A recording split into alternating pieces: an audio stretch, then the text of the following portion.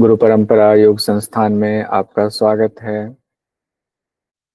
कल हम लोगों ने 4 सितंबर 2024 वाला पेपर देखा था, पीवाईक्यू। आज हम लोग देखेंगे उससे ठीक पहले जो 18 जून को पेपर हुआ था, जो रद्द हो गया पेपर लीक होने के शक में, उसको सॉल्व करेंगे। 18 जून 2024 यहाँ से आते हैं, यूनिट 1 से आते हैं। योगियों का जीवन परिचय, इससे सवाल पूछा गया था। सूची 1 और सूची 2 का मिलान कीजिए, इस तरह से सवाल था। और इधर 4 योगियों का नाम था, दूसरी तरफ योग के ग्रंथ का नाम था, या उन्होंने जो योग दिया उनका नाम था। जैसे गुरु गोरक्षनाथ, श्री अरविंद, श्री राम शर्मा आचार्य जी, श्री श्यामाचरण लाहिड़ी बाबा। तो अब इसमें श्री गोरक्षनाथ जी हैं, गुरु गोरक्षनाथ जी हैं। क्रिया योग नहीं है इनका। मेरा जीवन, इसकी वसीयत संदेश नहीं है। योग समन्वय नहीं है, सिद्ध सिद्धांत सिद्ध कबीर। सिद्धांत। उसके बाद है श्री अरविंद। श्री अरविंद का कौन सा है? जी का योग समन्वय। योग समन्वय। योग श्री राम शर्मा आचार्य जी का मेरा जीवन, इसकी वसीयत और संदेश। मेरा जीवन। और श्री श्यामाचरण लाहिड़ी बाबा का क्रिया योग। इनका तो क्रिया योग। वैसे अगर मान लीजिए दो आपको कंफर्म है, गुरु गोरक्षनाथ और श्री श्यामाचरण लाहिड़ी बाबा, तो देखिए 1 का 4 वैसे एक में ही है।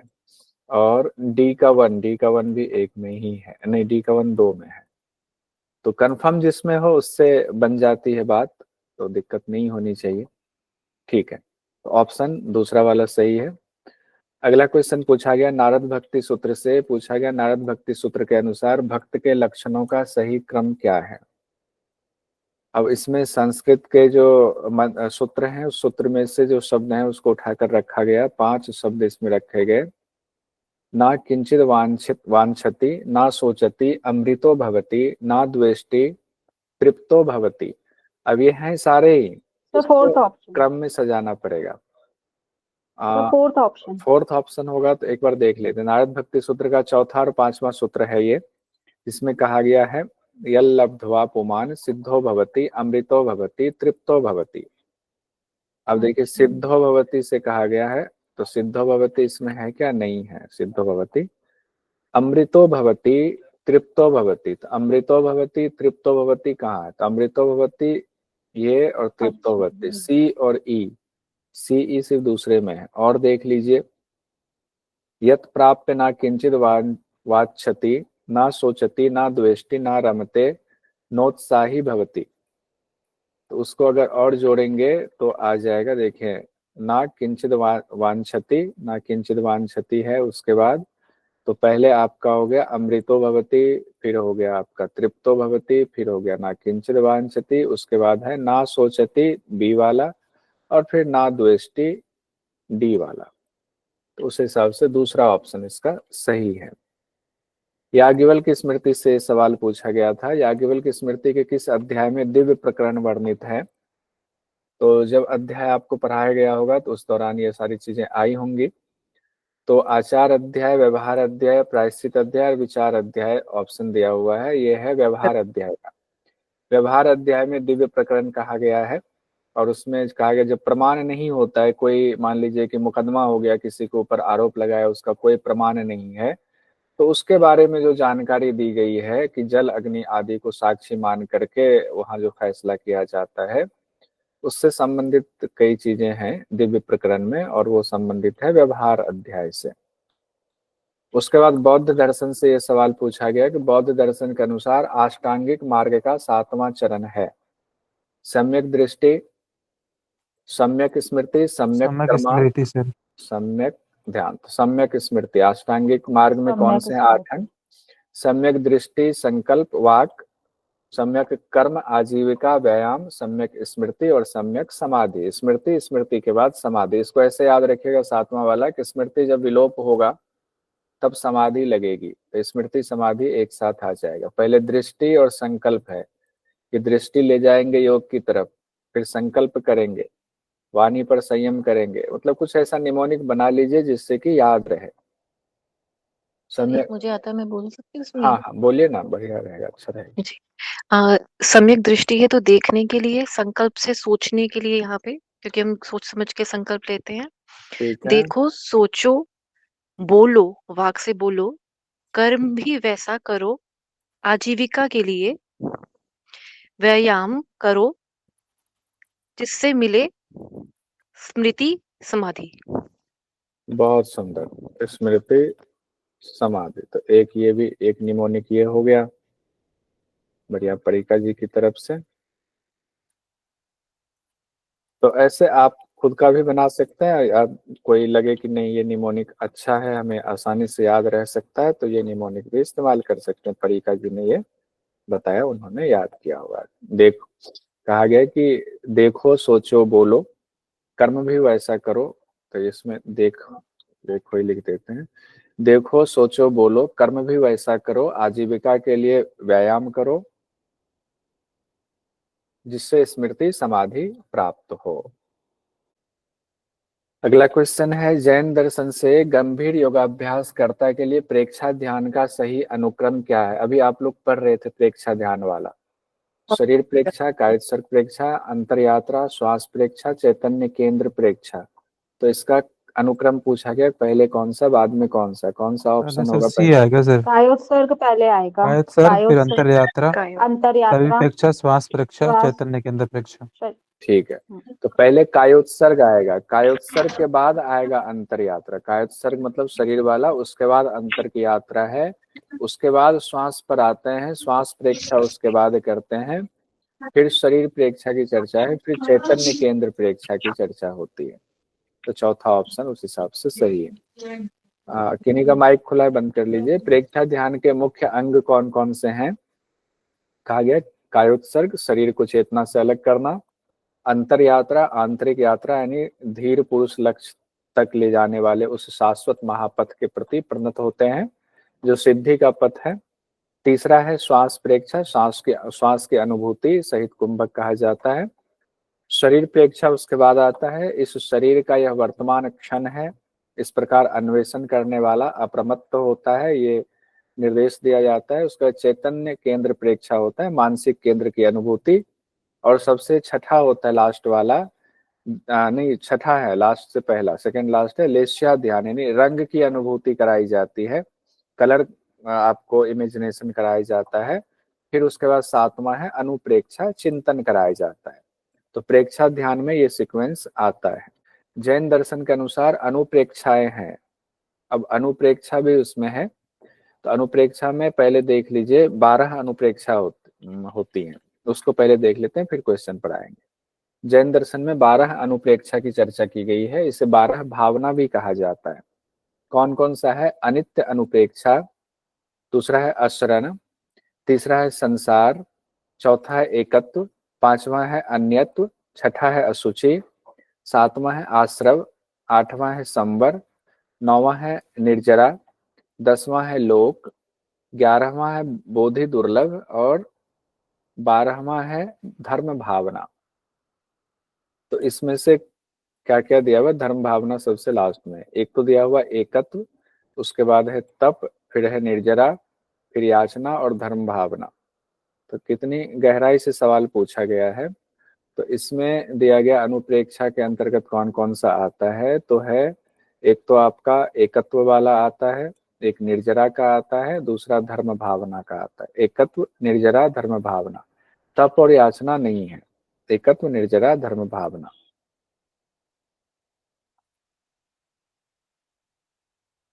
दूसरा ऑप्शन सही है। जैन दर्शन के अनुसार पंच समिति का क्रम पूछा गया है। पंच समिति में क्या क्या चीजें आती है? भाषा, आदान, ऐषणा, ईर्ष्या और उत्सर्ग। अब इसका क्रम क्या है ये पूछा गया है। तो ईर्ष्या सबसे पहले आता है, उसके बाद आता है भाषा, फिर आता है ऐषणा, फिर आता है आदान, और लास्ट में आता है उत्सर्ग। आचरण के 5 नियम, इसे ही पंच समिति कहा गया। यानी जैन धर्म में आचरण के 5 नियम है, उसी को पंच समिति के नाम से जाना जाता है। या समिति मतलब पैदल चलने का नियमन। तो जैन धर्म में देखोगे ज्यादातर जो जैन गुरु होते हैं जिनको कोई रोग नहीं है, तो अगर कोई दिक्कत है तो अलग बात है, तो वो पैदल ही जाते हैं। अगर उनको दिल्ली से मुंबई जाना होगा तो गाड़ी से नहीं जाते हैं, कार से नहीं जाते हैं, वो पैदल ही मुंबई तक जाते हैं। अगर उनको कोई दिक्कत नहीं तो पैदल ही चलते हैं। और उनके साथ में सेवा देने के लिए कोई समाज का पूरा परिवार मौजूद होता है, जो एक गाड़ी लेके पीछे चलता है, जहाँ वो रुकेंगे वहाँ उनके भोजन का इंतजाम करेंगे, उनको भोजन देंगे, तो वो पूरा उनका नियम होता है। तो उसी को इया समिति कहते हैं, पैदल चलने का नियम है। दूसरा है भाषा समिति, बोलने का विनियम, मतलब बोलना कितना नहीं है, बहुत सारे लोग नहीं बोलते हैं, वो भी ले लेते हैं, नियम होता है। वैसे तो नियम का ज्यादा महत्व है जैन समाज में, कि हम नियम ले लिया हमने कि 1 महीने तक चावल नहीं खाना है, एक ही टाइम भोजन करना, इस तरह से कुछ ना कुछ नियम लेते रहते हैं, अच्छी बात है। यहाँ कहा गया भाषा समिति, पहले पैदल चलने वाली बात, फिर बोलने वाली बात, फिर कहा गया एसना मतलब भीख मांगने का विनियमन। भीख मांगने मतलब जो मिलेगा, जो मांगेंगे उतना ही खाएंगे। आदान निक्षेपना है, भिक्षाटन वाला ही है, आदान निक्षेपना समिति कहते हैं, यानी लेने या रखने का विनियमन। उसके बाद 5वां है उत्सर्ग समिति, निपटान का विनियमन। तो ये 5 चीजें हैं, और यहाँ देखिए क्या है पांचों का। या सबसे पहले तो या डी वाला एक ही नहीं, 2 ऑप्शन है, 2 है। या के बाद भाषा, डी और ए दोनों में दिया हुआ है। उसके बाद एसना सी, तो चौथा वाला ऑप्शन होगा। किन्हीं का हैंड रेज है? जी सर, हरिओम। सोनिका जी। सर वो एसना समिति में भीख की जगह अगर वर्ड आप भिक्षा लिख देंगे तो ज्यादा सूटेबल रहेगा। हाँ, भिक्षा ज्यादा सुटेबल, भीख ना थोड़ा सा वो लग जाता है, निम्न स्तरीय हो जाता है, बिल्कुल सही कह रहे हो। भिक्षा शब्द जो है थोड़ा सा पवित्र माना जाता है, आध्यात्मिक शब्द की श्रेणी में आता है। ठीक है, बहुत बढ़िया। महाभारत से एक सवाल पूछा गया, महाभारत के अनुसार इसमें इनमें से महाग्राह किसे कहा गया है? तो क्रोध को महाग्राह कहा गया है। और महाभारत में भी ये सवाल पूछा गया है शांति पर्व से, और शांति पर्व में भी इसमें पितामह जो पांडव है, पांडव में भी खास करके युधिष्ठिर को, क्योंकि उनको राजकाज जब चलाना है, राजा वो बनेंगे, तो उनको जब ज्ञान दे रहे हैं कैसे तुम्हें राजकाज चलाना है, तो उस दौरान उनको बहुत सारी बातें बताई, बहुत सारे राजाओं की कथा कहानी बता रहे हैं। तो कह रहे हैं महाग्राह क्या है? क्रोध को कहा गया है। उसके बाद रामायण में आते हैं। रामायण के अनुसार किसके कहने पर तपस्विनी सबरी वन में श्री राम की प्रतीक्षा कर रही थी? तो 4 ऑप्शन है, श्री भारद्वाज, अगस्त मुनि, मतंग मुनि और गौतम ऋषि। तो मतंग मुनि के कहने पर वो तपस्या कर रही थी, और उसके बाद श्री रामचंद्र जी की प्रतीक्षा में रुकी हुई थी। दरअसल सबरी माता जो है जब अपने नवयौवन में थी, तो इनकी शादी हो रही थी, तो घर से भाग गई थी, शादी नहीं करनी, क्योंकि पशु पक्षियों को पकड़ के रखा गया था बलि देने के लिए। उससे दुखी होकर के वन में भाग गई थी, और वन में भाग के छिप के ये मतंग मुनि के आश्रम में, बाद में मतंग मुनि की सेवा करते थे, वहां आश्रम में ही रहने लगे। लंबी कहानी है, शॉर्ट में बता रहा हूँ। तो मतंग मुनि ने फिर इनको इजाजत दे दी, एक महिला होते हुए भी, आप रहे हमारे आश्रम में। बहुत सारे उनके और शिष्य भी थे। तो सबरी माता वहां रहती थी, और जब मतंग मुनि जाने लगे वहां से, मतलब परलोक सिधारने लगे, तो उन्होंने कहा कि सबरी माता को आप प्रतीक्षा करना, श्री रामचंद्र जी आएंगे जरूर। तो उन्हीं के कहने पर वो वहां इंतजार कर रही थी। तो मतंग मुनि के आश्रम में ही सबरी माता रहती थी। अब यूनिट 2 में हम लोग आते हैं। ये हम लोग क्वेश्चन कर रहे हैं जून 2024 का 2 बार पेपर हुआ, एक तो रद्द हो गया, जो रद्द हो गया 18 जून को पेपर हुआ था, हम उसका कर रहे हैं। मुख्य उपनिषद के सवाल देखते हैं। प्रश्न उपनिषद का तीसरा प्रश्न किसके द्वारा पूछा गया है? तो प्रश्न उपनिषद में हम लोगों ने एक निमोनिक बनाया था, कबंधी भागा अश्व से शौर्य दिखाकर सत्य बोलकर सुकेशा से मिला। तो कबंधी भागा अश्व से, तो कबंधी, भार्गव और अश्वलायन। तो इसका होगा तीसरा प्रश्न, अश्वलायन जी ने पूछा था, अश्वलायन जी, ये आंसर सही है। उसके बाद अगला सवाल है, तैत्रीय उपनिषद के अनुसार निम्न तत्वों की पंक्ति या क्रम को बताएं। तैत्रीय उपनिषद में बताया गया है ये, आदित्य, चंद्रमा, अग्नि, वायु और समस्त नक्षत्र। तो अग्नि, वायु, सूर्य, अग्नि, आदित्य और चंद्रमा, अग्नि, नक्षत्र, वायु, उसके बाद सूर्य, कहा गया है आदित्य, आदित्य, हाँ वही, सूर्य, चंद्रमा और चंद्रमा नक्षत्र। और समस्त नक्षत्र कहा गया। ये जब आधि भौतिक आध्यात्मिक बात आ रही है ना, वहां पर सिद्धांत। इसकी चर्चा है सिद्धांत में। तो वो भी देख लेते हैं क्या है। शिक्षावल्ली के सप्तम अनुवाक से जुड़ा है, सप्तम अनुवाक वाला पूरा हमने इस बार पढ़ाया था, उसको देख लीजिएगा। इस बार ये पूछा गया, हो सकता है कुछ और पूछते। वहीं पर कहा गया है अग्निर्वायु आदित्य चंद्रमा नक्षत्राणी, यानी कि अग्नि वायु सूर्य चंद्रमा तथा समस्त नक्षत्र 5 ज्योति समुदाय लोकों की पंक्ति है। इसमें और भी कई चीजें बताई गई हैं, तो ये ध्यान रखेंगे। प्रथम वल्ली का ये शिक्षा वल्ली का 7वां अनुवाक है, बहुत महत्वपूर्ण है, उसको पूरा ही एक बार आप लोग रिवीजन कर लीजिएगा, नोट कर लीजिए कहीं पर ये चीज, और भी सीक्वेंस उसमें बताएगा, मैंने टेबल बना करके दिया हुआ था। उसके बाद क्वेश्चन पूछा गया समेन्द्रो मेधिया स्पृणोतु अमृतस्य देव धारणो भूयासम, इसका सही संदर्भ क्या है? तैत्तिरीय उपनिषद 111, तैत्तिरीय उपनिषद 121, तैत्तिरीय उपनिषद 131, तैत्तिरीय उपनिषद 141। तैत्तिरीय उपनिषद से देखिए सवाल फिर आ गया। तो ये तैत्तिरीय उपनिषद प्रथम वल्ली का 12वां अनुवाक है, जिसमें चतुर्थ अनुवाक के पहले मंत्र में समेन्द्रो मेधिया स्पृणेतु लिखा हुआ है, जिसका अर्थ होता है कि वह इंद्र सबका स्वामी है। प्रार्थना किया कर रहे हैं यहाँ पर एक साधक, वह इंद्र सबका स्वामी है और मुझे धारण युक्त बुद्धि से वो संपन्न करे, इंद्र से प्रार्थना की जा रही है। तो प्रथम वल्ली है शिक्षा वल्ली, उसमें 12 अनुवाक है और चतुर्थ वाला है, तो सही उत्तर है 4 वाला। टोटल 12 अनुवाक है, चतुर्थ अनुवाक का पहला मंत्र है, तो ये वाला, तो ये भी मंत्र ध्यान रख लीजिएगा। उसके बाद मांडुक्य उपनिषद से सवाल आया कि सूची 1 और सूची 2 का मिलान कीजिए। वैश्वानर तेजस प्राग्ञ अद्वैत रूप, यहाँ से क्वेश्चन कई बार ये क्वेश्चन पूछा गया और ये आप लोगों ने क्लास में याद भी कर लिया था, उम्मीद है इसमें दिक्कत नहीं होगी। वैश्वानर कौन सा होगा? वैश्वानर जागृत जागृत जागृत बिल्कुल सही। तेजस किसको कहा गया? तेजस स्वप्न स्वप्न, ठीक है। प्राग्ञ किसको कहा गया? सुषुप्ति सुषुप्ति को कहा गया। और अद्वैत रूप शिव अद्वैतम को कहा गया, मात्रा रहित ओंकार मात्रा रहित ओंकार को कहा गया। तो इसमें ऑप्शन में क्या आ जाएगा? ए का 3 हो गया, ए का 3 एक में ही है, तो ये तो पहले में, कई तो ऐसे ही आपका आ जाता है, पहला वैश्वानर जागृत है, एक से ही आंसर निकल जा रहा है, लेकिन एक बार अलर्ट रहिएगा, ठीक है। दूसरा ऑप्शन सही है, ये हम लोगों ने देखा था, एक बार बस ऐसे देख लीजिए। चेतना के 4 स्तर थे, जागृत स्वप्न सुषुप्ति तुरीय, और शरीर कहा गया स्थूल सूक्ष्म कारण और आत्मा यानी ब्रह्म। पाद है प्रथम पाद वैश्वानर, द्वितीय पाद तेजस, तृतीय पाद प्राग्ञ, चतुर्थ पाद शिव अद्वैतम, और मात्रा है अ उ म, और चौथा है मात्रा रहित, वही चीज यहाँ आया हुआ था। सूची 1 सूची 2 का मिलान करने के लिए आया हुआ था ईशावास्य उपनिषद, बृहदारण्यक उपनिषद, मांडुक्य उपनिषद और मुंडक उपनिषद। तो गार्ग्य बालकी और अजात शत्रु संवाद किसमें है? गार्ग्य बालकी अजात शत्रु, ये है बृहदारण्यक उपनिषद में कहा गया है। ईशावास्य उपनिषद से कौन सा है? कौन सा? पराविद्या पराविद्या पूर्वन्य कर्माणि, ठीक है। उसका मांडुक्य उपनिषद कहाँ से है? मांडुक्य उपनिषद में ओंकार की 3 मात्रा और मुंडक उपनिषद में आपका हो गया पराविद्या अपराविद्या। तो इस हिसाब से हो गया आपका ए का 2, ए का 2 देखिए इसमें भी है, बृहदारण्यक उपनिषद बी का 1 हो गया, ठीक है। मांडुक्य उपनिषद ओंकार मात्रा, और डी का मुंडक में पराविद्या अपराविद्या, ठीक है, पहला ऑप्शन सही है। उसके बाद हम लोग आते हैं कुर्वेन्नेह कर्माणि, जो है ना वो ईशावास्य उपनिषद का दूसरा मंत्र है।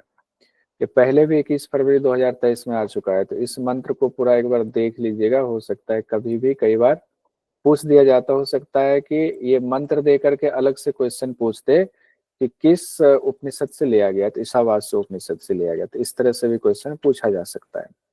छांदोग्य उपनिषद किस वेद से जुड़ा हुआ है? तो छांदोग्य उपनिषद सामवेद, शुक्ला जी सामवेद। नीचे से ऊपर हम लोगों ने निमोनिक याद किया था ना, तो शुक्ला जी शाम को नीचे से ऊपर, तो सामवेद में आएगा। केन बीसी से है, हैं? केन बीसी से, केन उपनिषद। हाँ, केन उपनिषद भी सामवेद से, पहला दूसरा उपनिषद और 9वां उपनिषद जो है वो छांदोग्य, दोनों सामवेद से जुड़ा हुआ है। उसके बाद हम लोग इसका पूरा नहीं पढ़ते, तो कई बार रिपीट कर चुके हैं। भगवद गीता से 4 सवाल पूछे गए थे 18 जून को। भगवद गीता के अनुसार दैवी संपदा है, दैवी संपदा में आया था अभिमान, अद्रोह, मार्दवम, पारुष्यम, त्याग है। तो इसमें क्या क्या होगा? ये 16वां अध्याय दैवी संपदा वाला है, दैवासुर संपद विभाग योग। तीसरा मंत्र है, हाँ, मार्दवम और ठीक है, अद्रोहम, मार्दवम, मार्दम और पुरुष। दिखाई नहीं, ठीक है बोलिए। त्याग सर दिखाई और नहीं दिया ऑप्शन, ऑप्शन नहीं नहीं ऑप्शन, अच्छा ऑप्शन नहीं, एक बार देख लेते हैं। ये पुरुष 16वां का तीसरा मंत्र है और तीसरा श्लोक और दूसरे श्लोक में है। पारुष्यम का अर्थ होता है कठोरता, पारुष्यम तो होगा ही नहीं। तो बताइए क्या क्या होगा? अभिमान नहीं होगा, पारुष्यम नहीं होगा। अद्रोहम, मार्दवम और त्याग। बी, सी और ई होगा। बी, सी और ई होगा, अद्रोह, मार्दवम और त्याग। अभिमान तो होगा ही नहीं, अभिमान तो होना ही नहीं चाहिए। जो निगेटिव होगा वो नहीं होगा, अभिमान निगेटिव है, नहीं होगा। पारुष्यम होता है कठोरता, कठोरता भी देवी संपदा का नहीं हो सकता। अद्रोह, मार्दवम और त्याग होगा। तो बी, सी और ई तीसरा ऑप्शन सही है। उसके बाद हम लोग आते हैं भगवत गीता के अनुसार नरक के द्वार हैं। तो नरक के द्वार, त्रिविध नरक के द्वार बताएगा ना, काम, क्रोध, लोभ। काम, क्रोध, लोभ। कहाँ पे है ये? 16वां अध्याय 21वां सूत्र। ये ध्यान रखिएगा, इसको बहुत इंपॉर्टेंट है, नोट कर लिए। 16वां अध्याय 21वां सूत्र, काम, क्रोध, लोभ, तीनों नरक के दरवाजे बताए गए हैं। तो लोभ, क्रोध, काम, तो ए डी ई, बहुत बढ़िया, सही बताया आप लोगों ने, ए डी ई दूसरा ऑप्शन सही है। उसके बाद आते हैं भगवत गीता के अध्याय के अनुसार विषय का सही क्रम लगाएं। इससे संबंधित सवाल कई बार पूछा जाता है। तो 18 अध्याय का क्रम से आपको याद करना होगा। तो देखिए भक्ति योग कौन सा है? एक तो आसानी से हो जाएगा, 12वां आएगा अध्याय। सर, भगवान विभूति आएगा सर, भगवान की आएगा फिर विभूतियां, भक्ति योग आएगा। ठीक है, भगवान की विभूतियां बी और ए। तो बी ए हो गया, गुण, एक नहीं। गुण आएगा सर, उसके बाद गुण देवासुर विभाग फिर योग, श्रद्धा आएगा। गुणत्रय विभाग योग, फिर दैवासुर संकर विभाग योग, फिर श्रद्धात्रय विभाग योग। अच्छा चलिए अब ये पूछते हैं, भगवान की विभूतियां जो है कौन सा अध्याय है? 10वां। 10वां अध्याय। 10। और 11वां क्या है? तो सर पुरुषोत्तम विराट रूप। नहीं, विराट विराट नहीं, विश्व दर्शन, विराट विश्व नहीं, दर्शन। हाँ, वही विश्व विश्व दर्शन या विराट रूप, कुछ भी शब्द आ सकता है, तो अलर्ट रहेंगे। और 12वां आपका हो गया भक्ति योग। और श्रद्धात्रय विभाग योग कौन सा है? 17वां। 17। गुणत्रय विभाग योग, ये है 14। 12। 14। और देवासुर हम लोगों ने अभी पढ़ा, कौन सा है ये? 16। 16वां। अच्छा श्रद्धात्रय का कोई बता रहे? श्रद्धात्रय क्या है, कौन सा है? 17वां। ठीक है, 16, 17 है, 17। हाँ 16 देवासुर और 17 ऐसे। ठीक है, 16वां देवासुर हो गया। देवासुर 16वां, गुणत्रय 14वां, श्रद्धात्रय 17वां, भगवान की विभूतियां 10वां, भक्ति योग 12वां, ऐसे। अच्छा भगवत गीता से सवाल पूछा गया कि ज्ञानी भक्ति भगवान को प्रिय है, इसका सही संदर्भ क्या है? कहाँ पे कहा गया ये बात? 6, 16, 7, 17, 8, 18, 12, 14। 6, 16 6, 16 में कहा गया है। 7, 17 17 संयम 6, 16 तो 7, 17 17। देखिए 6, 16वें में जो 4 प्रकार के भक्त हैं वो कहा गया है 7वें अध्याय के। और उसके बाद जो 17वां श्लोक है ना, उसमें कहा गया तेषाम ज्ञानी नित्य युक्त एक भक्ति विशिष्यते प्रियो ही ज्ञानिनः अत्यर्थम सचम सच मम प्रिय। 7वें अध्याय का ये ध्यान रखिए, 7वें अध्याय में ही 4 प्रकार के भक्त की चर्चा है और उसी में कहा गया है ज्ञानी भक्त सबसे प्रिय है। तो कौन से अध्याय में है? 7वां अध्याय, भूलिएगा मत, 6ठे में मत आ जाइएगा। 7वें अध्याय में 16वां 17वां श्लोक है। अब हम लोग आते हैं योग वासिष्ठ। योग वासिष्ठ से सवाल पूछा गया। योग वासिष्ठ के अनुसार मन के क्षुब्ध होने पर निम्न शारीरिक दुष्प्रभाव होते हैं: प्राणों की विषमता, इंद्रियों की चंचलता, नाड़ियों की विषमता, कुजीर्णता रूपी दोष। एसीडी सर, प्राणों की विषमता, नाड़ियों की क्षमता, विषमता, ठीक है, कुजीर्णता रूपी, ठीक है, एसीडी, बढ़िया है। तो कुजीर्णता क्या होता है? स्किन डिजीज होते हैं? नहीं, कुजीर्णता स्किन डिजीज नहीं होता है, कॉन्स्टिपेशन पेट से संबंधित है। कॉन्स्टिपेशन भी मतलब ठीक से खाना ना पचना भी कह सकते हैं, या पच करके बदबू करने लगे। अपच में भी कई कैटेगरी होती है, तो उसमें से एक ये है। ये योग वासिष्ठ में 6 प्रकरण है। 6ठा प्रकरण निर्वाण प्रकरण है, उसी में आधी व्याधि के दौरान इसकी चर्चा आई हुई है, तो वहीं पर कहा गया है ये मामला कि आप लोगों ने पूरा पढ़ा हुआ है। कुजीर्ण और अजीर्ण, खाना नहीं पचता है, और दोष उत्पन्न होता है तो उसी को कहा गया। अब आगे देखते हैं यूनिट 3 आपका है योग उपनिषद। उससे क्या सवाल पूछे गए, योग चूड़ामणि उपनिषद के अनुसार कौन सा योगाभ्यास यक्षमा, कुष्ठ, भगंदर, वर्धित प्लीहा, कमजोरी, भावी स्वास्थ्य समस्याओं का निराकरण करता है। ये देखिए कितना क्वेश्चन महामुद्रा से पूछा जाता है और सब जगह महामुद्रा में ये चीजें कॉमन है बताई गई। यहाँ पर एक भावी स्वास्थ्य समस्या का निराकरण भी दे दिया गया है। ये है महामुद्रा इसको तो रट मारिए महामुद्रा का कहीं लिख करके, किसी भी शास्त्र का नाम दे करके पूछ दिया जा सकता है। इसमें क्या है, क्षय, कुष्ठ, गुदावर्त, गुल्म, अजीर्ण, पुरोगमा मतलब जो आने वाले रोग हैं। तस्य रोगा क्षयम यान्ति महामुद्रा तो योग अभ्यसेत। अब आते हैं अगला सवाल है योग उपनिषद से सूची 1 और सूची 2 का मिलान कीजिए। योग चूड़ामण्यक उपनिषद में नारी के बारे में और नारियों का स्थान क्या है वो बताया गया है। अब ये देखिए नारियों वाले में कंफ्यूजन वाला होगा, ध्यान रखिएगा। गांधारी, अलम्बुसा, कुहू, यशस्विनी। ये सवाल मेरे ख्याल से शायद गलत था। नहीं सर सही था, ये सही था। गंधारी बाई आंख में है सर। हाँ बाई आंख। तो बाई आंख में है सर। ही नहीं है ना, तो बाई आंख तो यहाँ योग चूड़ामण्यक उपनिषद। ये सवाल गलत पूछा है क्योंकि योग चूड़ामण्यक उपनिषद में गांधारी को बाई आंख में कहा गया है ना, तो ये वाला वहां से नहीं लिया गया है। ठीक है, तो सूची 2 में तो बाई आंख है ही नहीं, ये क्वेश्चन गलत हो गया था। ठीक है, तो इसीलिए इसको आगे बढ़ते हैं। ध्यान बिंदु उपनिषद में प्राणायाम के देवता है। ध्यान बिंदु उपनिषद में प्राणायाम के देवता वाला क्वेश्चन पहले भी आया था, ये 2-3 बार पूछा जा चुका है। ब्रह्मा, विष्णु और रुद्र, विष्णु और ई। महेश नहीं, रुद्र। देखिए महेश ना मंत्र में नहीं कहा गया है जी, स्वरूप उन्हीं का है, लेकिन रुद्र शब्द मंत्र में आया। तो जानते हैं हम लोग एमसीक्यू में क्या होता है, टू द पॉइंट पूछा जाता है। तो ए, सी और ई आएगा, दूसरा ऑप्शन सही होगा। क्या है 21वें मंत्र में, देखिए प्रणव ध्यान के दौरान कहा गया है ब्रह्मा पूरक इत्युक्तो विष्णु कुंभक उच्यते रेचो रुद्र इति प्रोक्तः प्राणायामस्य देवता। 21वां मंत्र है ये, रेचो रुद्र इति प्रोक्तः। ठीक है, ये ध्यान रखेंगे। योग कुंडलिनी उपनिषद के अनुसार प्राण पर नियंत्रण करने के लिए कौन से योगाभ्यास हैं? प्राण पर नियंत्रण करने के लिए मिताहार, आसन, शक्ति चालनी मुद्रा, महावन, महावेद। ठीक है, यही सर। और यहाँ से क्वेश्चन सिर्फ इसको ये मत सोचिए कि एक क्वेश्चन पूछा गया, इससे कई बार पूछा गया और कई बार पूछा जा सकता है। रिपीट भी अलग अलग तरीके से हो सकता है।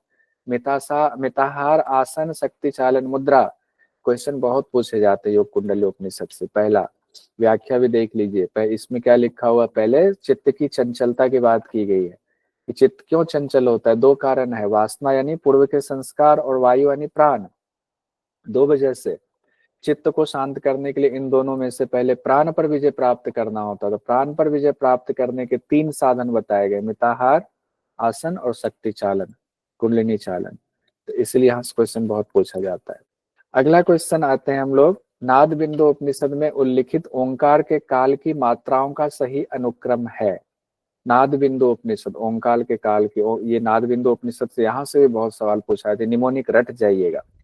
ठीक है, घोषणा हुई कि विद्युत चली गई, घोषणा बच्चे पतंग उड़ाने पहले बी वाला पहले, तो बी 2 में है, घोषणा हुई विद्युत चली गई, पतंग उड़ाने लगे। तो बी के बाद ये होगा, दूसरा वाला होगा नाम दे।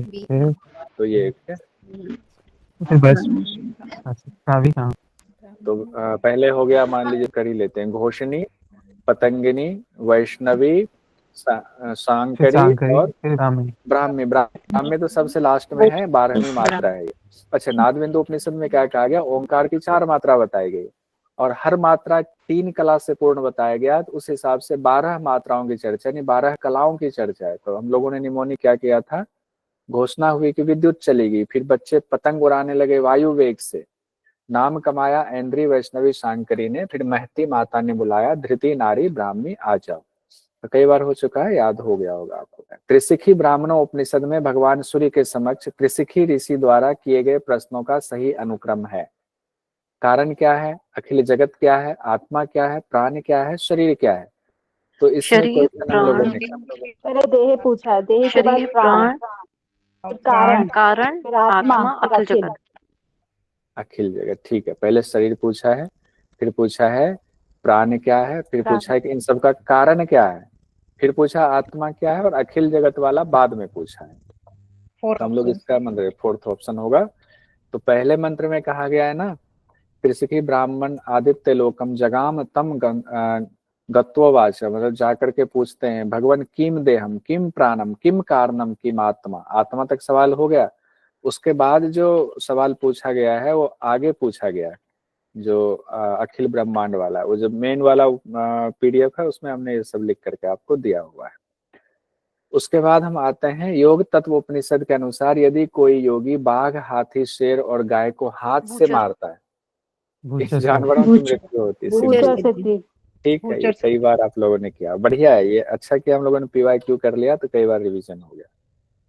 59वें 60वें मंत्र में ये कहा गया है योग तत्व उपनिषद के, ये न भूचर सिद्धि स्याद भूचराणाम जमे क्षमा व्याघ्रो व सर्वो व्याप्ति गजो गव्यः एव वा सिंहो व योगिना तेन म्रियन्ते हस्तताड़िता कंदर्पस्य यथा रूपम तथा स्यादपि योगिना।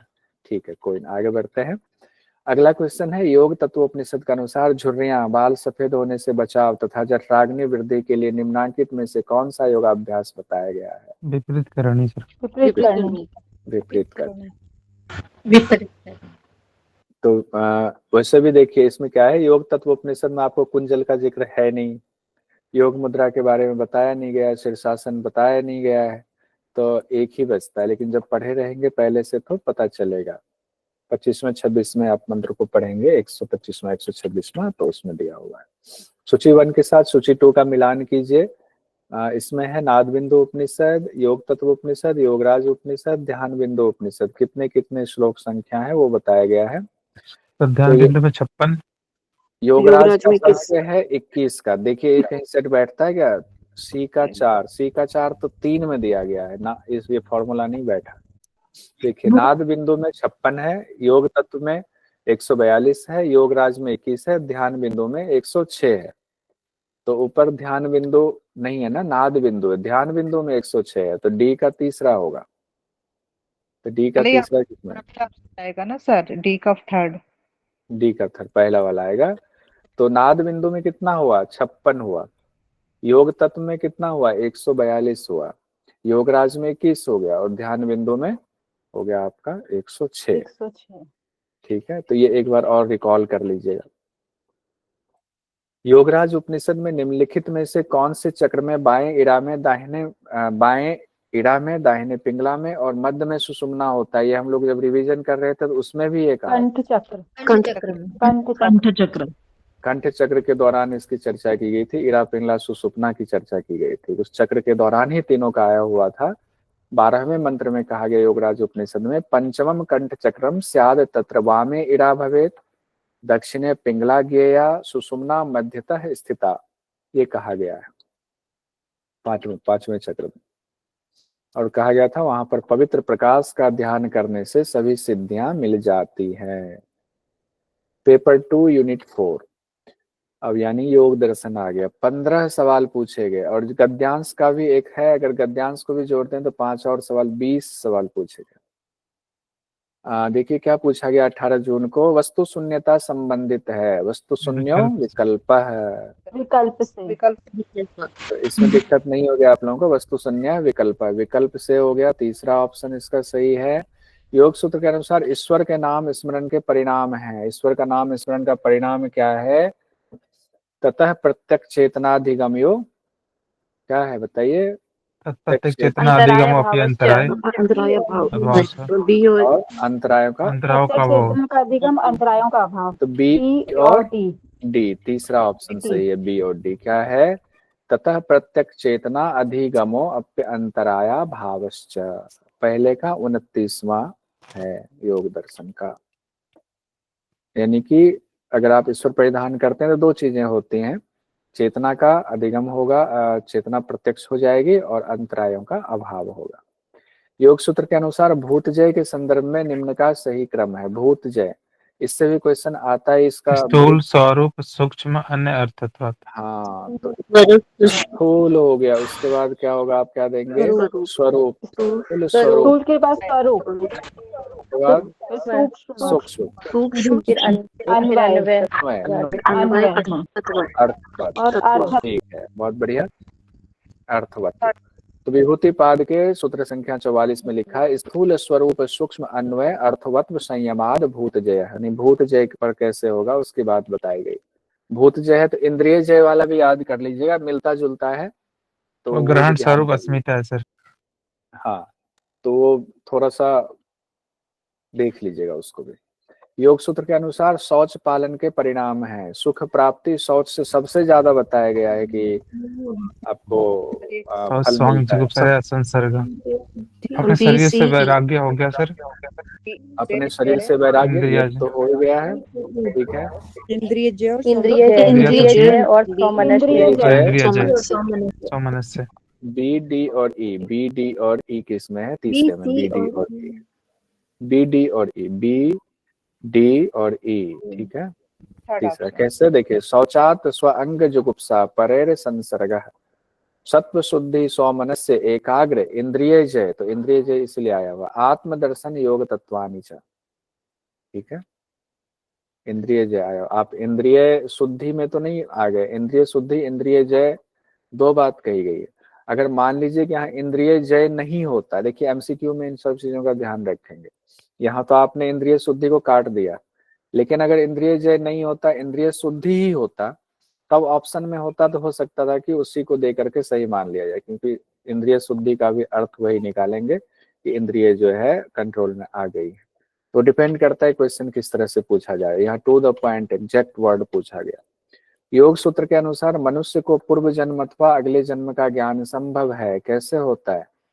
अस्थि की प्रतिष्ठा से, अपरिग्रह में, परिग्रह के संस्कार के साक्षात्कार से। डी और डी, तो डी और उसके बाद हो गया बी और डी, बी और डी होगा ना। अपरिग्रह स्थैर्य जन्म कथांता संबोधा, एक तो ये हो गया, दूसरा है संस्कार साक्षात करना पूर्व जाति ज्ञान, तो बी और डी से हो गया, बी और डी है आपका तीसरा वाला। उसके बाद इनमें से कौन सी चित्त की अवस्था सर्वोत्कृष्ट मानव चेतना का द्योतक है? तो निरुद्ध और निरुद्ध होगा, तीसरा वाला निरुद्ध है। उसके बाद है कृतार्थम प्रति नष्टम अप्य नष्टम संबंधित है, दृष्टा से, दृश्य से, स्वामी से, चेतना से, यानी कि दूसरों के लिए, जिनके लिए आपका हो गया कंप्लीट, आपका उसके लिए कृतार्थ हो गया, और जिनको नष्ट हो गया प्रकृति का, लेकिन जिनके लिए बचा है उनका भोग अपवर्ग तो बचा है, ठीक है। तो इसमें कंफ्यूजन की स्थिति आ जाती है, कई बार लोग कहते हैं दृश्य से, कई बार कहते हैं दृष्टा से, लेकिन सवाल है कि कृतार्थ किसका हो रहा है? तो दृष्टा का हो रहा है ना, दृष्टा मुक्त हो रहा है। तो दृश्य तो दृष्टा के लिए है, दृश्य किसके लिए है? दृष्टा के लिए। तो इसलिए मैंने इसका आंसर 1 लिखा है। अच्छा, इसमें मैं ज्यादा वो भी नहीं करूंगा कि यही होगा, लेकिन मेरा मानना है कि यही होना चाहिए, क्योंकि एनटीए ने कोई आंसर तो रिलीज किया नहीं था। तो मेरा मानना है कि चूंकि दृश्य तो दृष्टा के लिए है, इसीलिए इसको मानते हैं दृष्टा से संबंधित होना चाहिए, ठीक है। अब आते हैं, अगला सवाल है तत्र ध्यानजम अनाशयम का सही संदर्भ है, अब बताइए। कैबल्यपाद के छठा सूत्र, कैबल्यपाद 4 का 6, तत्र ध्यानजम अनाशयम, ठीक है। अब आते हैं योग सूत्र के अनुसार तुल्य प्रत्यय का शांत होना और उदित प्रत्यय होना, उदित होना संबंधित है। इसको हम लोगों ने बहुत एकाग्र परिणाम सर, एकाग्रता परिणाम से।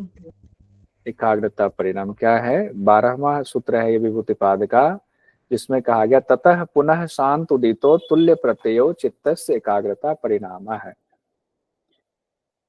अगला क्वेश्चन है योग सूत्र के अनुसार सूची 1 और सूची 2 का मिलान करना है। समाधिपाद, साधनपाद, विभूतिपाद, कैवल्यपाद। अच्छा, समाधिपाद में कौन सा होगा? तीव्र संवेगनाशनम। बढ़िया। और साधनपाद में कौन सा होगा?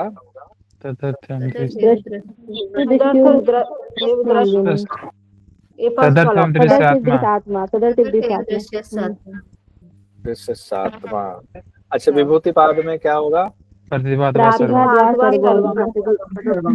और कैवल्यपाद में होगा चित्तम सर्वार्थ वाला, दृष्टि दृश्यो परक्तम चित्तम सर्वार्थम वाला। तो इसमें उस हिसाब से हो गया आपका पहला का दूसरा एक में ही है। लीजिए, कई बार तो ये फॉर्मूला बहुत सटीक आ जाता है और कई बार जो है इसमें समय लग जाता है। बहुत बढ़िया, श्वेता जी मैसेज भेजने लगा था, ठीक है। अब देखिए एक और क्वेश्चन है, सूची 1 और 2 को मिलान कीजिए। अलब्ध भूमिकत्व उपेक्षा दौर्मनस्य अविरति। अलब्ध सेकंड होएगा, भूमिकत्व समाधि को इस तरह अवस्था प्राप्त होने में समाधि की उच्चतर ठीक अवस्था है। प्राप्त करना एक चाहिए। पहला का दूसरा हो गया। उपेक्षा का क्या हो गया? बुरे व्यक्ति पूरे व्यक्ति का चिंता।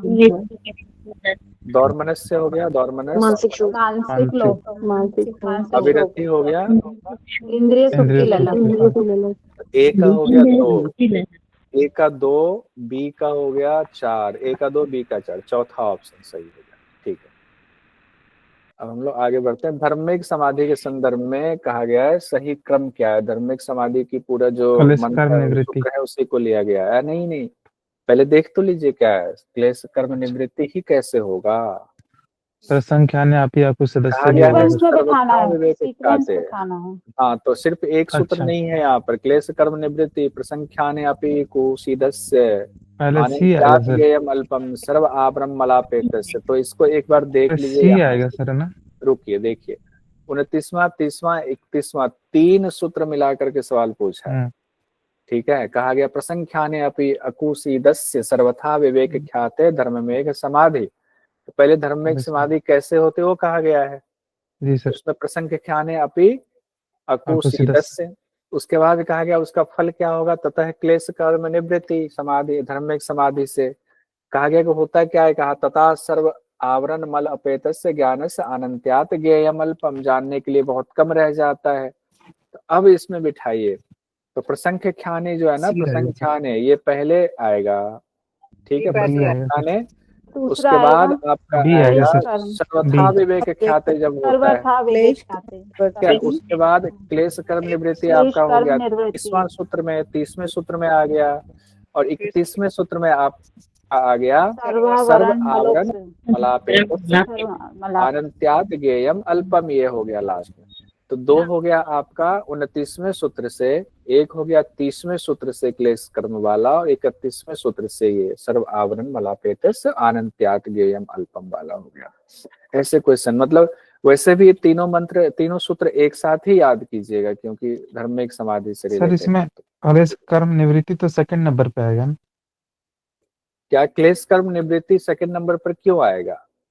क्योंकि धर्म समाधि के बाद तो कल उसकी क्लेश कर्म निवृत्ति होती है ना। तो 2 चीजें हैं ना प्रसंग। इसमें देखिए जो 29वां मंत्र है ना, उसमें से 2 चीजें ली गई हैं। अच्छा, क्या? प्रसंख्याने अपि कुसीदस्य तो लिया ही गया है, और सर्वथा विवेक ख्याते भी लिया गया है ना। ठीक है सर। तो देखिए जब भी धर्मिक समाधि होगी ना, जब तक सर्वथा विवेक ख्याते नहीं होगा, धर्मिक समाधि नहीं हो सकती है। ये ध्यान रखिए, हम लोगों ने पहले पढ़ा हुआ। कोई नहीं, अच्छा है कि आपने पूछ लिया। अब आगे देखें, निम्नलिखित में से मानसिक रुग्णता को चिन्हांकित कीजिए। व्याधि दौर्मनस्य अंगमेजयत स्त्यान अविरति। कौन सा मानसिक संबंधित? दौर्मनस्य अंगमेजवत तो शरीर का अपना हो गया, डी और ई, बी डी ई हो गया। व्याधि भी शरीर का हो गया, तो बी डी और ई हो गया, ठीक है। ए ई सी नहीं होगा। मानवीय बोध की दृष्टि से निम्नलिखित में से श्रेष्ठतम बोध की स्थिति है? विवेक ख्याति, सामान्य विवेक, श्रुत प्रज्ञा और ऋतंबरा प्रज्ञा। ऋतंबरा तत्र प्रज्ञा, ऋतंबरा तत्र प्रज्ञा, ठीक है। सूची 1 के साथ सूची 2 का मिलान कीजिए। ज्ञान योग, भक्ति योग, राजयोग, हठ योग। ज्ञान योग कौन सा हो गया आपका? वशिष्ठ सर।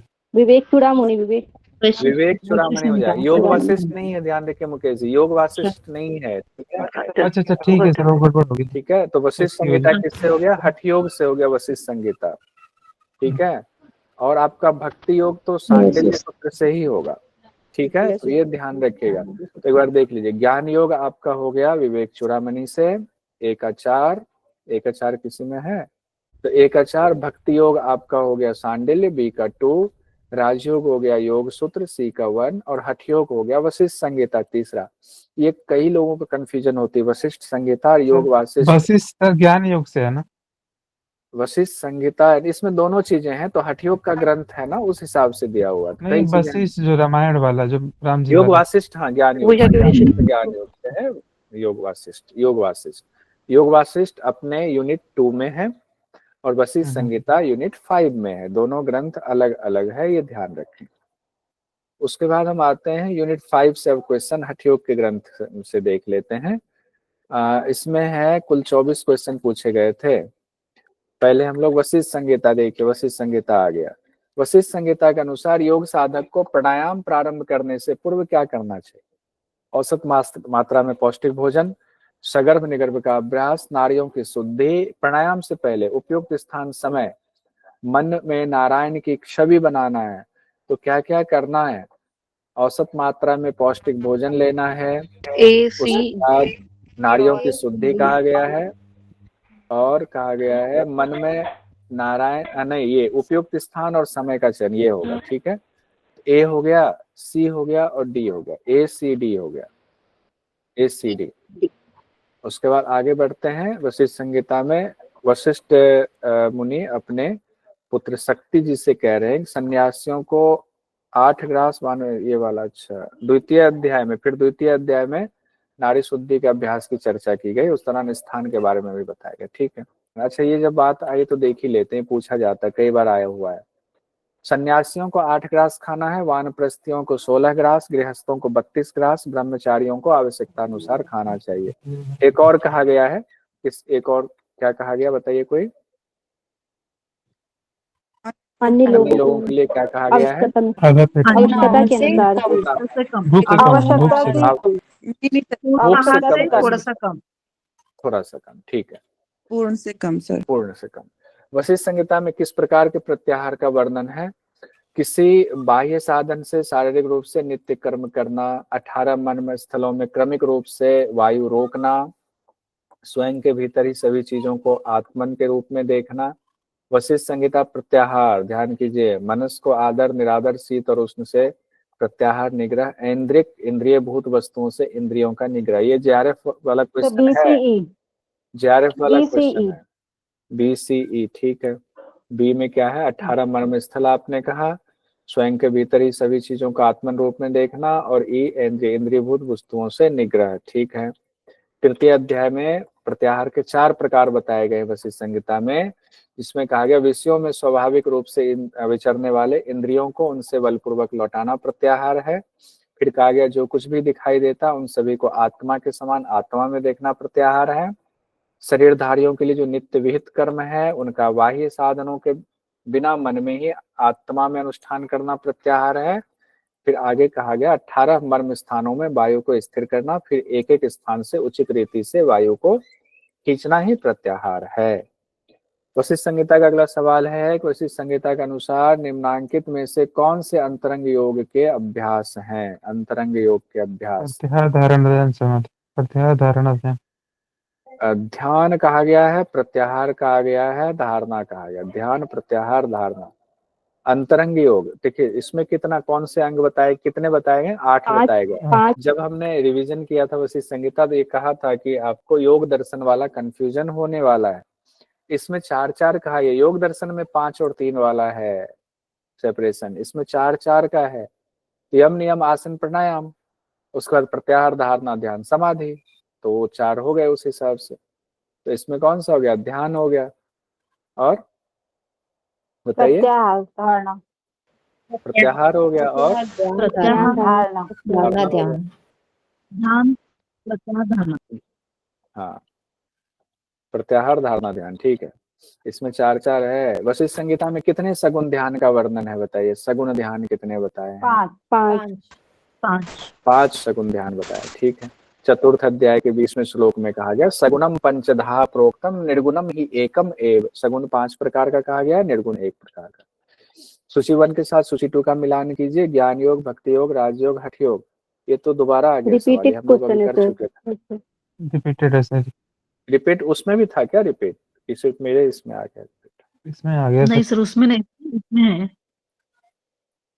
उसमें नहीं होगा ना, यहाँ रिपीटेड आ गया। ठीक है, अब हठ प्रदीपिका से एक सवाल देखते हैं। निम्नांकित में से श्रम हरम चित्त विश्रांति करनम, तो हठ से जवाब देंगे आप। शवासन शवासन। अगर मृतासन होता तो भी वही हुआ। हठ प्रदीपिका के 32वें श्लोक में कहा गया है प्रथम उपदेश में, उत्तानम सबगत भूमो शयनम तच्छवासनम शवासनम शांति हरणम चित्त विश्रांति करणम। शिव संगीता से 8 सवाल पूछे गए थे जो कि कैंसिल हो गया। शिव संगीता में कितने सुषुम्ना के स्थान बताए गए? हम लोगों ने उस दिन देख लिया था रिवीजन में, 5 स्थान बताए गए, 5 और इसकी व्याख्या भी करके हम लोगों ने इस क्वेश्चन को देखा था, तो अब आगे नहीं देखेंगे इसको। शिव संगीता के अनुसार योग के निम्नांकित प्रकारों को क्रम से व्यवस्थित कीजिए। हाँ, ये बताइए, मंत्र योग के बाद कौन सा बताया गया? हठ योग, लय योग, राजयोग। हाँ, मंत्र के बाद फिर हाजिर। ज्यादातर जगहों पे मंत्र योग के बाद लय योग दिया गया, यहाँ मंत्र के बाद हठ दिया गया, फिर लय, फिर राजयोग दिया गया है। ठीक है, तो मंत्र योग के बाद हठ योग है, तो दूसरा ऑप्शन है। ठीक है, सूची 1 और सूची 2 के साथ मिलान कीजिए।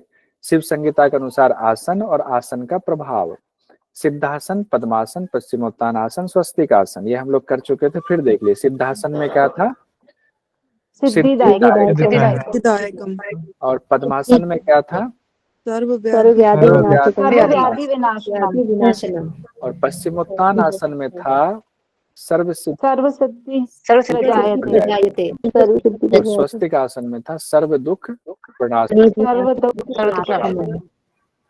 ठीक है, ये भी हो गया, पहला ऑप्शन सही है। अब आते हैं हम लोग शिव संगीता के अनुसार सुषुम्ना नाड़ी में कौन सी नाड़ी स्थित है जिसके स्मरण मात्र से ब्रह्म ज्ञान की उत्पत्ति होती है? चित्रा नाड़ी। ये हम लोग कर चुके थे। शिव संगीता के अनुसार सूची 1 सूची 2 प्रथम अध्याय में क्या है? द्वितीय, तृतीय, चतुर्थ में क्या? प्रथम में क्या क्या है इसमें से बताइएगा? दुख कर्म मुक्ति। दुख कर्म मुक्ति। दुख कर्म। द्वितीय में क्या है? नाड़ी चक्र। मानव शरीर, नाड़ी और चक्र, क्योंकि ब्रह्मांड से तुलना। हाँ, तृतीय में क्या कहा गया है? मुद्रा, बिंदु, प्रणव, जप, नहीं नहीं नहीं, प्राण, प्रणव, जप, प्राण, प्रणव, जप, तृतीय में प्राण, प्रणव, जप, आसन। चतुर्थ में जाकर के मुद्रा, बिंदु, सिद्धि, बंधन। उस हिसाब से देखिए, प्रथम का आपका हो गया तीसरा, पहला का तीसरा हो गया तीसरा, उसके बाद हो गया द्वितीय अध्याय का आपने कहा मानव शरीर 1 हो गया, तृतीय अध्याय का कहा चौथा प्राण, प्रणव, आसन। याद रखिए, इसको दिक्कत हो जाएगी। चौथा का दूसरा मुद्रा, बिंदु, सिद्धि, बंधन। ठीक है, उसके बाद हम लोग आगे बढ़ते हैं। इससे कितना सवाल पूछा जाता है? शिव संगीता के अनुसार मुक्ति की सिद्धि हेतु साधक की सर्वोत्तम अवस्था कौन सी होती है? अधिमात्रतम,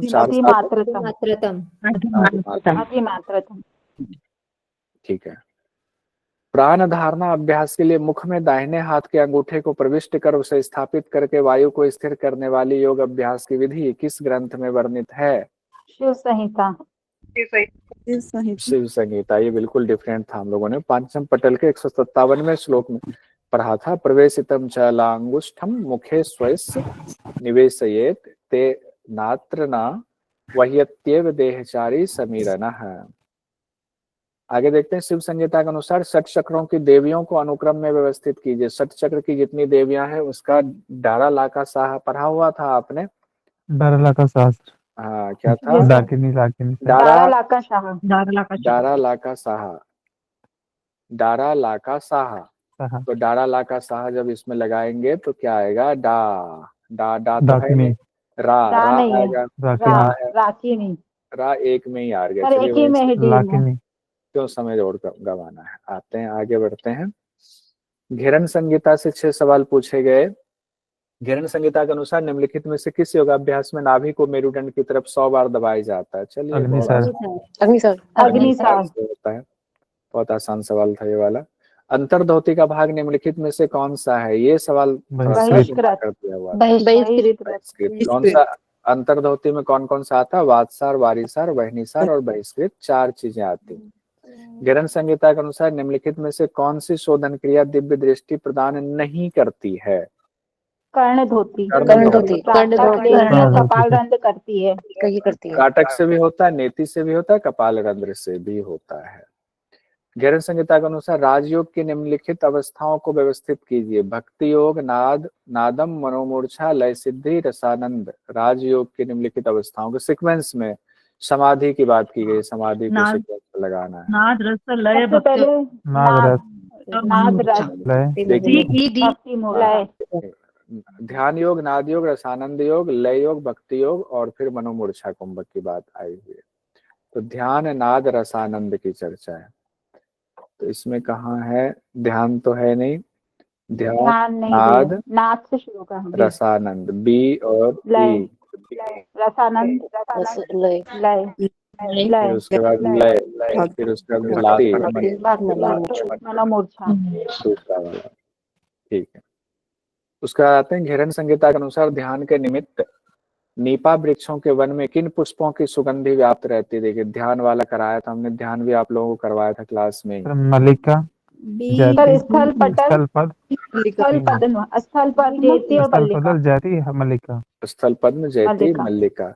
ये हमने मेडिटेशन भी कराया था, पुराना वीडियो ठीक देखा। है, बहुत अच्छा मेडिटेशन। नीपो पवन संकुले वेष्टितम पारिखा इव मालती मल्लिका जाति कैसरे चंपकस्ते चंपकै तथा पारिजाते स्थल पद्म गंधा मोदितम दिग मुखे। मतलब 10 दिशाओं में सुगंध फैल रही है। घेरन संहिता के अनुसार हठ योग का अभ्यास प्रारंभ करने के लिए कौन सी ऋतु उपयुक्त है? बहुत आसान है, वर्षा, हेमंत, शिशिर, शरद। कौन कौन से शरद। वैसे दो ऋतु कौन कौन से होते हैं? शरद और हेमंत। बसंत और शरद बसंत और और शरद। वसंत बसंत और शरद है हाँ, बसंत और शरद ठीक है। वसंत ऋतु और शरद ऋतु, यहाँ पे इसमें भी लिख दिया हुआ है। वसंत ऋतु और शरद ऋतु में योग का अभ्यास करना चाहिए। आगे बढ़ते हैं, यहाँ तक हो गया वसंत। हाँ, हठ रत्नावली से 4 सवाल पूछे गए थे 18 जून को। हठ रत्नावली के अनुसार एक दिन यानी 24 घंटे में महावेद का अभ्यास कितनी बार अनुशंसित है? महावेद 8 बार 8 बार। 8 बार। वैसे जनरली ये सवाल ऐसा है ना जिसमें कि सिर्फ 4 बार आता, जब कितनी बार प्राणायाम की बात आती है तो 4 बार आएगा। और कोई अभ्यास जनरली 8 बार ही बताया गया है कि सभी प्रहर में, तो उससे दिक्कत नहीं होगी। उसके बाद आते हैं हठ रत्नावली के अनुसार महामुद्रा के अभ्यास से निम्नलिखित में से किन विकारों का उपचार हो सकता है? महामुद्रा से देखिए, महामुद्रा त्वचा रोग, ग्रंथि का बढ़ना, जठराग्नि, अपच, जननांग विकार। अलग ही पूछ दिया है, हटा दिया बाकी कई चीजों का। महामुद्रा से डी और त्वचा रोग, अपच और जननांग त्वचा विकार। रोग, अपच और जननांग विकार कहा गया है। त्वचा रोग, अपच, जननांग विकार कहा गया है हठ बिल्कुल रत्नावली में। ठीक। देखिए यहाँ पर कहा गया है 40वें, 41वें, 42वें श्लोक में चर्चा है। ना ही पथ्यम अपथ्यम वा रसाः सर्वे अपि निरसाः अपि भुक्तम विषम घोरम पीयूषम इव जीर्यते। क्षय, कुष्ठ, गुदावर्त, गुल्म, अजीर्ण पुरोगमाः। गुदावर्त में से वो आ जाता है। दोषाः सर्वे क्षयम यान्ति महामुद्राम तु योग अभ्यसेत। कथितेयम महामुद्रा जरा मृत्यु विनाशिनी गोपनीया प्रयत्नेन न देयायस्य कस्यचित्। तो उस हिसाब से त्वचा रोग में इसमें कौन सा आएगा आपका? कुष्ठ वाला हो गया, कुष्ठ हो गया त्वचा रोग में। उसके बाद आपका एक बार देख लीजिए ग्रंथि वाला, तो इसमें था नहीं, डी वाला आपका अपच वाला हो गया। और उसके बाद हो गया जननांग विकार। तो अपच वाला कौन सा हो गया? घोर विष अपि भुक्तम। तो ये हो गया आपका अपच वाला। और गुदावर्त वाला जो है वो आपका हो गया जननांग वाला। उसके बाद हम आगे बढ़ते हैं। हठ रत्नावली में निम्नलिखित में से किन हठ योगियों का उल्लेख नहीं है? निरंजन, मीना, वरुण, कंदली, सत्यानंद। वरुण, कंदली, सत्यानंद। वरुण का नहीं है सर, नहीं है, और कंदली का भी नहीं है। वरुण और सत्यानंद का फिर नहीं होगा। वरुण और सत्यानंद नहीं है। कंदली तो है ही, वरुण और सत्यानंद नहीं है। ठीक है, ये हठ रत्नावली, हठ प्रदीपिका दोनों में तकरीबन ज्यादातर मिलते जुलते हैं। आदिनाथ, मत्स्येंद्र, साबरानंद भैरवा, सारंगी, मीन, गोरक्ष, विरूपाक्ष, बले सयाह, मंथान भैरवो योगी, सिद्ध बुद्धिश्च कंदली, कोरंदकः सुरनंदः, सिद्धि पादश्च चरपटी, करोटि पूज्या पादस्य नित्यनाथो निरंजनः, कपाली बिंदुनाथस्य काकचंडीश्वरः, हव्यः अल्लम प्रभुदेवस्य नैत चुटिश्च, टिंटिणी, भालुकी, नागबोधश्च, खंड कपालिक्स तथा इत्यादि इत्यादयो महासिद्धा हठ योग प्रसादतः खंडयित्वा कालदंडम ब्रह्मांडे विचरन्ति ते अभी तक ब्रह्मांड में विचरण कर रहे हैं। हठ रत्नावली के अनुसार सूची 1 और सूची 2 का मिलान कीजिए। मूलाधार, अनाहत, आज्ञा और मणिपुर। तो अब देखिए मूलाधार हठ रत्नावली में कहा गया चक्री कर्म, ठीक है। अनाहत कहा गया, अनाहत चक्र है, धौती कर्म। आज्ञा चक्र का नेति कर्म। और मणिपुर हो गया आपका नौली कर्म। पहला का हो गया चौथा, पहला का चौथा एक में ही लग गया सटीक। चलिए फॉर्मूला से ज्यादातर ये फॉर्मूला लग ही जा रहा है। यूनिट 6 में आते हैं। मनोविज्ञान से 5 सवाल पूछे गए थे। पूछा गया निम्नलिखित में बढ़ते क्रम के अधिगम को चिन्हित कीजिए। सृजन करना, विश्लेषण करना, स्मरण करना, समझना और अनुप्रयोग करना। तो इसका ऑप्शन है, पहले आएगा आपका स्मरण करना किसी चीज को, फिर उसको समझिए, फिर कहा गया है अनुप्रयोग करना, फिर विश्लेषण करना, लास्ट में सृजन करना कहा गया है। तो पहला ऑप्शन सही है। उसके बाद पूछा गया सूची 1 सूची 2 का मिलान कीजिए। मानसिक विकार और लक्षण। हेलुसिनेशन कहा गया, इल्यूजन कहा गया है, डिल्यूजन कहा गया है और डिप्रेसिव डिसऑर्डर कहा गया। तो हेलुसिनेशन किसको कहा जाता है बताइए? हेलुसिनेशन किससे आएगा संबंधित? मिथ्या विश्वास।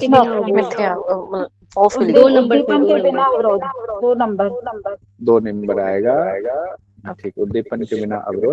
और इल्यूजन क्या होगा? भ्रम की स्थिति। मिथ्या विश्वास। मिथ्या वाला, ठीक है, ठीक है। और विभ्रम आएगा मिथ्या विश्वास। मिथ्या विश्वास फॉल्स बिलीव होता है विभ्रम। अब साधक विकार आपका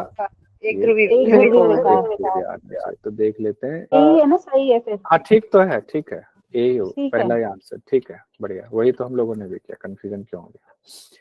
स्मृति का यानी मेमोरी का निम्नलिखित में से कौन सा सही नहीं है? प्रकार, मेमोरी में कौन से प्रकार सही नहीं है? तो आइकॉनिक मेमोरी होता है, एपिसोडिक मेमोरी भी होता है, इकोइक मेमोरी भी होता है। एपिसोडिक भी होता है, इकोइक भी होता है। हाँ, 4 नंबर वाला नहीं होगा। 4 नंबर में एपिटॉपिक मेमोरी नहीं होता है। मानव चेतना के विकास में सर्वाधिक उपयोगी योगाभ्यास है निधिध्यासन। मनन निधिध्यासन। निधिध्यासन मतलब क्या हो गया? ये आपका व्यवहार में उतार देना निधिध्यासन है। जी तो सर। संवेदन का गुण क्या है? निम्नलिखित में से कौन सा नहीं है संवेदन का गुण? मात्रा परिणाम नहीं, स्पष्टता। मात्रा परिणाम तो होगा ही संवेदन में, स्पष्टता वाला। गुणवत्ता भी है, तीव्रता भी होगा और मात्रा परिमाण भी होगा, ठीक है, संवेदन। अब एनाटॉमी फिजियोलॉजी से भी 5 सवाल पूछे गए थे 18 जून को। ल्यूटनाइजिंग हार्मोन से पूछा गया। इसको लेकर के बड़ा कंफ्यूजन होता है क्योंकि इसमें दिया ही ऐसा था। अगर ये होता तो कई बच्चे चैलेंज भी कर सकते थे। टेस्टोस्टेरोन का स्राव बढ़ाता है, वीर्य निर्माण बढ़ाता है, एस्ट्रोजन स्राव बढ़ाता है, अंडोत्सर्ग करता है। तो अब इसमें जो आप पढ़ेंगे ना, इसमें LH वाले में ल्यूटनाइजिंग हार्मोन के कार्य में, तो अंडोत्सर्ग तो आता ही जिम्मेदार है, मासिक धर्म के लिए भी होता है, शुक्राणु के उत्पादन के लिए भी जिम्मेदार है, एस्ट्रोजन प्रोजेस्टेरोन के उत्पादन को भी उत्तेजित करता है, पीत पिंड में प्रोजेस्टेरोन के उत्पादन के लिए उत्तेजित करता है और टेस्टोस्टेरोन के उत्पादन को भी, उसको भी बढ़ाने के लिए ये उत्तेजित करता है।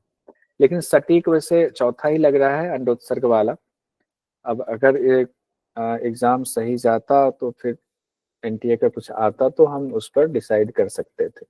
तो इसमें कई बार लगता है कि ये भी सही है, कई बार ये भी सही है। सर अंडोत्सर्ग क्या होता है? एग को ओवरी वाला जो था एग उत्सर्ग करवाना। हाँ, क्योंकि बाकियों में LH का जो होता है, ठीक है। अच्छा, ओव्यूलेशन है। हाँ जी, मैं समझ गई। अब ये क्वेश्चन भी बड़ा जो है टफ क्वेश्चन पूछा गया था। वृक्क के अंगों का सही अनुक्रम, which is the correct sequence of organs in nephron. Nephron के अंदर को जो ऑर्गन्स जो वर्क कर रहे हैं उसमें है कि कौन सा कैसे है, उसके हिसाब से पूछा गया। कहा गया एफरेंट आर्टियोल, और उसके बाद कहा गया है एफरेंट आर्टियोल, फिर कहा गया लूप ऑफ हेनले, फिर कलेक्टिंग डक्ट और प्रॉक्सिमल कन्वोल्यूटेड ट्यूबुल। तो अब वो नलिका ही हुआ। अपवाही धमनी, अभिवाही धमनी, फिर हेनले का फंदा, फिर संग्राहक नलिका, फिर समीप वस्त संवलित। तो इसमें ध्यान रखिएगा ए वाला पहले आता है, ए जो है ना ये एक तो रखिएगा, एक से भी कई बार आंसर आ जाएगा, तो ए पहले आएगा, बी वाला बाद में आएगा। अपने वर्णमाला में भी ए पहले आता है ना, तो ए वाला, तो ए और बी और कौन सा आएगा, बी और ए, पहला वाला बी ए, हाँ first option sir. Yes sir, पहला ऑप्शन ही होगा सर। पहला ऑप्शन सही है, बिल्कुल सही, पहला ऑप्शन सही है, सही सीक्वेंस वही। छोटी आंत के अंगों को सुनिए, ये कितना आसान सवाल, कई बार कुछ सवाल बहुत टफ पूछा गया, बहुत आसान पूछा गया। छोटी आंत के अंगों को ड्यूडेनम, सीकम, जेजुनम, इलियम और कॉलन। तो कॉलन तो ऐसे ही बड़ी आंत में आएगा, सीकम भी आपको बड़ी आंत और जहाँ पर छोटी आंत बड़ी आंत का ज्वाइंट होता है वहां सीकम वहीं पर आता है। जेजुनम और इलियम जी।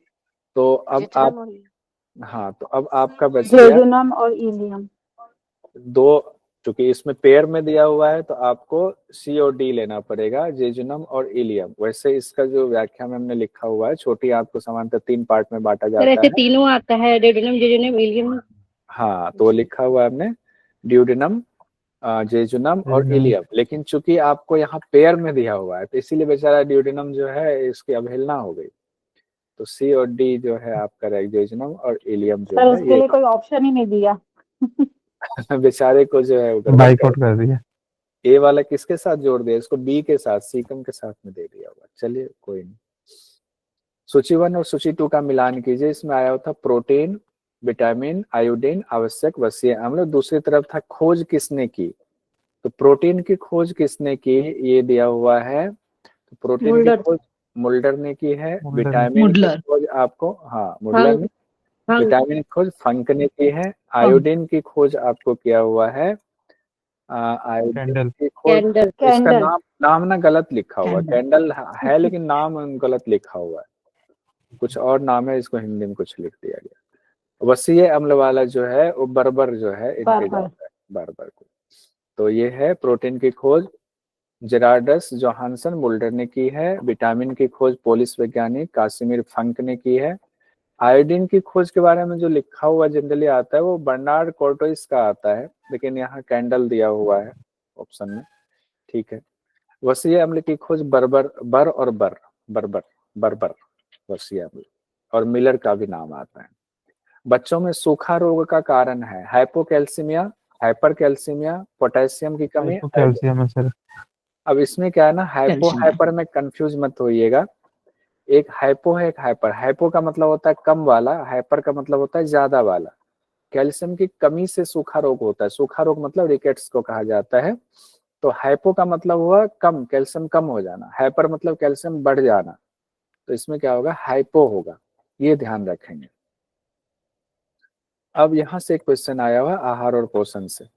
निम्नांकित के लिए अपेक्षित ऊर्जा के अनुसार ऊर्जा की खपत कैलोरी में आरोही क्रम में व्यवस्थित कीजिए। बहुत आसान है ये तो, कोई भी कॉमन सेंस लगा कर दे सकते हैं कि किसको कम ऊर्जा की जरूरत है, फिर ज्यादा ऊर्जा, फिर ज्यादा ऊर्जा, ऐसे। तो दिया हुआ कारपोरेट जगत का अधिकारी पहले आएगा।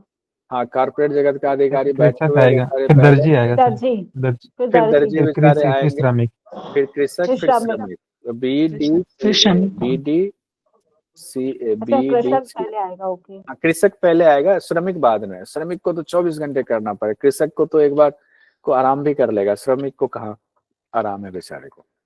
यूनिट 7 में आते हैं योग एवं स्वास्थ्य में।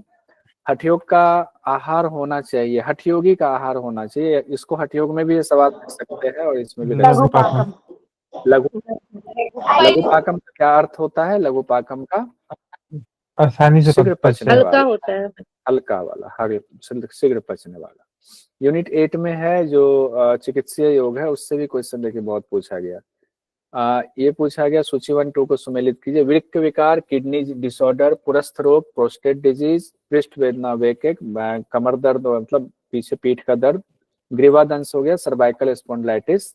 अब किस में कौन सा करेंगे बताइए? वृक्क विकार है, किडनी डिसऑर्डर है, तोलांग गुलासन कहा गया है, कंधरासन, कंधरासन मतलब ये हो गया एक तरह से आप उसको कह सकते हैं सेतु बंधासन भी कह सकते हैं, उसी तरह से सेतु बंध हो गया। सर्वाइकल एक सेकंड होएगा सर। पहला का क्या, सर्वाइकल का क्या हो गया?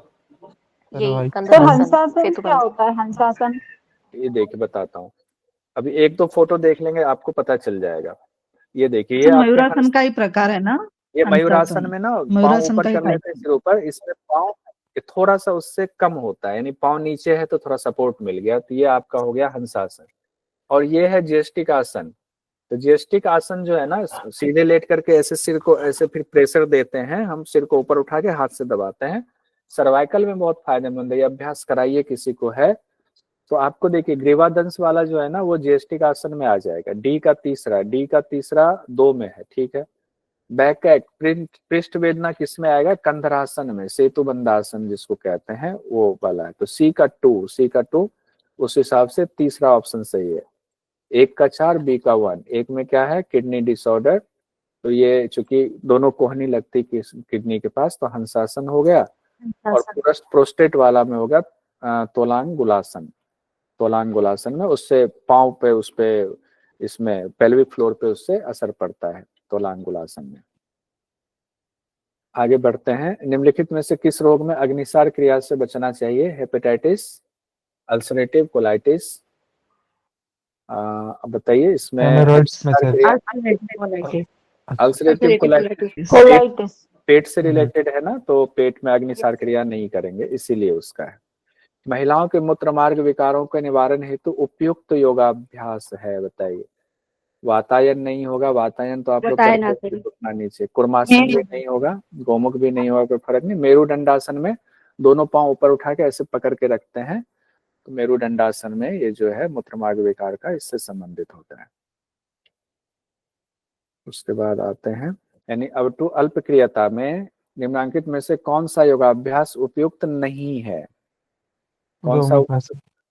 नहीं? इस गोमुख होगा, उपयुक्त नहीं है दिया है ना, तो गोमुख आसन। सर्वांगासन सर्वांगासन से सर, तो होता है, सर्वांगासन भी हो सकता है। कंद्रासन सेतुबंधासन होता है, सिंहगर्जनासन होता ही है, इसमें गोमुख आसन है। बिल्कुल नहीं नहीं है वाला दिया है ना, उपयुक्त नहीं है, तो गोमुख आसन, ठीक बिल्कुल। जी जी सर, गोमुख। अच्छा, सिर दर्द के निवारण हेतु निम्नलिखित में से कौन सी योग क्रियाएं सर्वाधिक उपयोगी है? नाड़ी शोधन, भ्रामरी, पश्चिमोत्तानासन, शशांक आसन, पवन भ्रामरी मुक्तासन, शशांक भाला। आसन।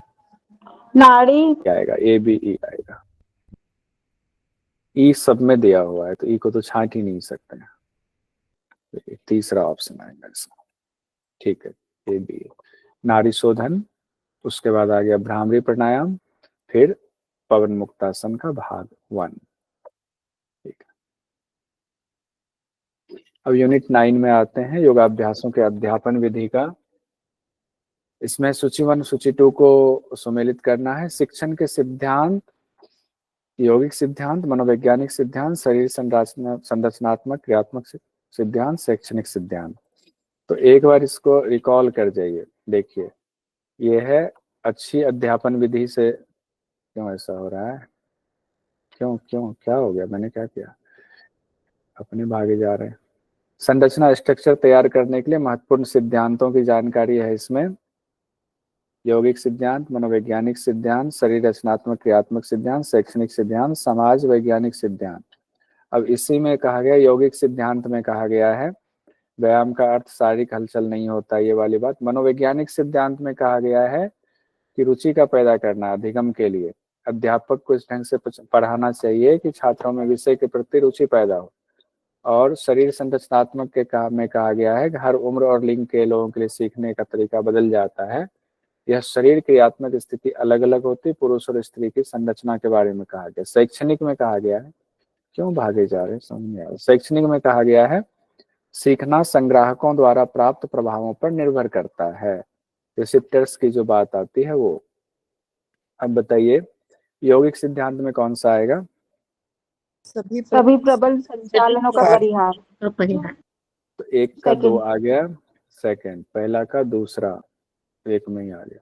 मनोवैज्ञानिक में कौन सा आ गया? आंशिक रूप से अधिगम में रुचि। अधिगम में अभिरुचि। अधिगम में अभिरुचि, मनोवैज्ञानिक। अभिरुचि, अधिगम में अभिरुचि। शरीर संरचनात्मक क्रिया आंशिक रूप से महिलाओं। 4 ऑप्शन। और शैक्षणिक सिद्धांत में आ गया आपका अधिक अधिक इंद्रिय इंद्रिय संलग्नता। संलग्नता, ठीक है। व्याख्या हम लोगों ने पहले देख लिया। अब आगे देखिए, प्राचीन काल से आधुनिक काल तक के शिक्षण साधनों का स्कूल, इसका दूसरा ऑप्शन सही होगा। तो पहले आएगा खड़िया वाला, फिर आएगा डी चौक और डस्टर वाला AD, उसके बाद आएगा आपको छत से टंगा बी हुआ। वाला छत से टंगा छत से प्रोजेक्टर, टंगा हुआ प्रोजेक्टर, फिर ओवरहेड प्रोजेक्टर, फिर स्मार्ट बोर्ड आएगा स्मार्ट। दूसरा वाला। ठीक है, उसके बाद हम लेते हैं योगाभ्यासों की अध्यापन विधियां पुस्तक के अनुसार किसी एक व्यक्ति के योगाभ्यास के लिए 40 वर्ग फुट की, इसमें भी बहुत कंफ्यूजन हुई थी। तो हम लोग यही मानकर चल रहे हैं कि बहुत सिंपल 480 वर्ग फुट मानकर चलते हैं। इतना ज्यादा मैथमेटिक्स का सवाल नहीं दिया होगा कि एक आदमी टीचर के लिए भी हम मानकर चलें। तो चूंकि अब NTA ने कोई इसका परीक्षा ही रद्द हो गया तो इसका कोई आंसर आया नहीं, अभी हम 480 वर्ग फुट ही मानकर चलते हैं, क्योंकि एक आदमी के लिए 40 वर्ग फुट की जरूरत होती है। पेपर 2 यूनिट 10 से देखिए क्वेश्चन देख लेते हैं। सूची 1 सूची 2 को सुमेलित करना है। इसका जवाब दीजिएगा।